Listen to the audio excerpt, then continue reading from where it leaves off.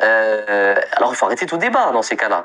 Donc il y a quand même des limites à avoir. Une personne qui nous pose une question et nous dit, Islam de Lumière, qui nous dit, Salam, j'ai une question, est-ce que le Isa alayhi salam reviendra? Est-ce que Isa alayhi salam reviendra sur Terre? Alors, je pense qu'il reste 4 minutes, on va terminer cette émission.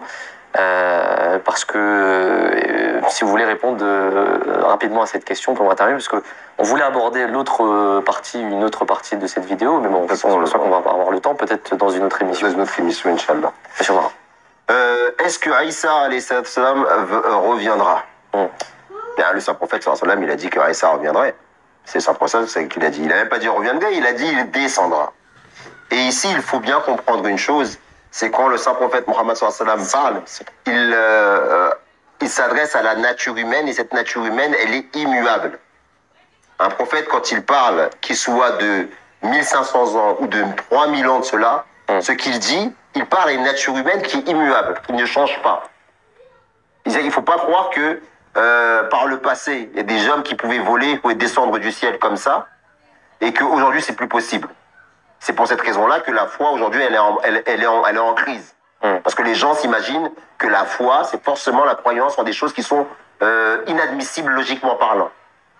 Et donc, quand le prophète Mohammed sallallahu alayhi wa sallam dit que Aïssa descendra, il faut le comprendre à la lumière de la nature humaine qu'Allah il a créée, qui est immuable, qui ne change pas. Donc, on doit le comprendre forcément comme étant une allégorie. Et le saint prophète sallallahu alayhi wa sallam nous donne un indice pour comprendre cette allégorie-là. Il nous dit Aïssa ibn Maryam. Et il parle des musulmans comme étant ceux qui se sont divisés comme les juifs. Et il parle des musulmans comme ceux qui ressembleront aux juifs.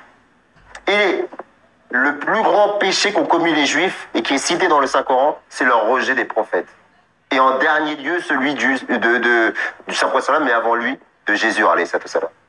Et donc le saint prophète ne dit pas seulement qu'il reviendra, il dit comment vous vous comporterez, ô vous les musulmans, quand Isa descendra et il sera un imam de parmi vous-mêmes. Donc c'est comme ça qu'il faut s'interroger par rapport à cette question-là. Parce que ce sera une grande épreuve pour la communauté. Et c'est une grande épreuve. Parce que nous, en tant que communauté musulmane, nous croyons et nous revendiquons que cette prophétie doit être comprise comme étant la fonction d'un imam de la Ummah du saint prophète Mohammed sallallahu alayhi wa sallam, qui viendrait à une époque où les musulmans ressembleraient aux juifs. Mais pas aux juifs d'aujourd'hui, aux juifs de l'époque de Sayyidina Isa alayhi salam. Et l'histoire nous explique que les juifs de cette époque-là étaient devenus par trop matérialistes. Et c'est à cause de leur matérialisme et de leur compréhension incorrecte des prophéties qu'ils ont rejeté Sayyidina Isa alayhi salam. De la même manière, réfléchissez-vous aujourd'hui sur l'état, la condition des musulmans. Et des savants musulmans en particulier. Alors, monsieur Marzakala, parce que la personne elle nous dit, répondez-moi simplement, oui ou non. Alors évidemment qu'il va revenir, mais pas de la manière dont les musulmans le conçoivent. C'est ça. Et moi je dirais, pourquoi je ne peux pas répondre simplement? C'est ce qu'on y a répondu à plusieurs reprises dans les émissions. À 4 minutes c'est difficile.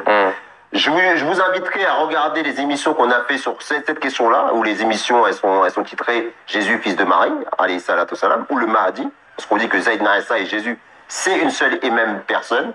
Mais là, avant que vous écoutiez ces émissions, je vous donne une compréhension qui n'est pas habituelle dans la Oumma, où on s'attend à ce que ce soit un événement extraordinaire, alors que non.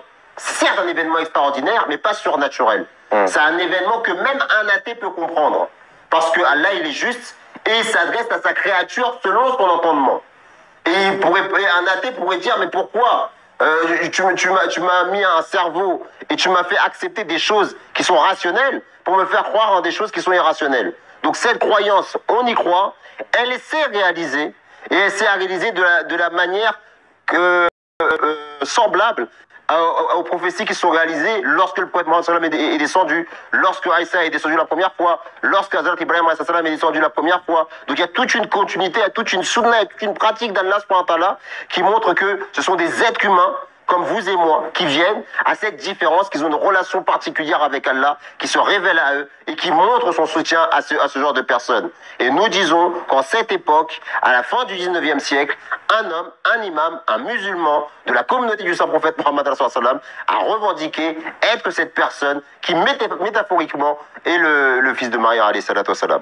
Plus clair que ça, je crois que je ne peux pas. Après, il faut aller voir les émissions pour avoir le détail. Ouais, effectivement. Alors, Jazakallah, merci beaucoup, monsieur Omar, pour ces précisions. On espère vraiment que les sceptiques et ceux qui se disent de la zététique, je ne sais même pas comment on appelle ça, les zététiciens, je crois, regarderont notre vidéo. Encore une fois, on n'a aucune rancœur contre eux ou quoi que ce soit. Au contraire, on voudrait que ces personnes reviennent pour nous donner leur réflexion sur ce sujet-là, leur réflexion sur ce qui a été dit, par exemple, sur l'esclavage aujourd'hui, par exemple. Et qu'on peut en reparler, on peut continuer à reparler.